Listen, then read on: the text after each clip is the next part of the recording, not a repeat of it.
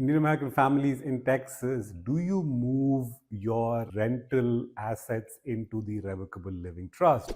So, as you're no doubt aware, a lot, Indians are fond of real estate, and we hold a lot of rental assets apart from the primary home. If you decide to get a revocable living trust done for you, for yourself and your spouse and your kids, because you want your kids to avoid probate, then do you also, how would that work with rental property? So the first thing to look at is the rental property titled in the name of, in your own names, in your personal names, or in the name of an LLC that you've set up. So if it's in your personal names, it's fairly straightforward. So if it says, in the name of Ramana and his wife, like that's how the property is titled.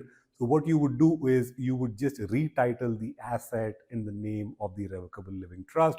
You would just do a deed that would transfer title in the name of the revocable living trust. You would not lose any control. It's just that you're just funding the trust so that should something happen to you, that asset will avoid probate. Now, if it's in the name of an LLC, then what you would do is, you would assign the interest in the LLC to the revocable living trust. So you wouldn't just retitle the asset from the LLC to your in the name of your revocable living trust, but you would just assign the interest in the LLC to the revocable living trust. So if you have rental properties, step number one, check if it's in your own names or in the name of an LLC. It's your own names, straightforward process.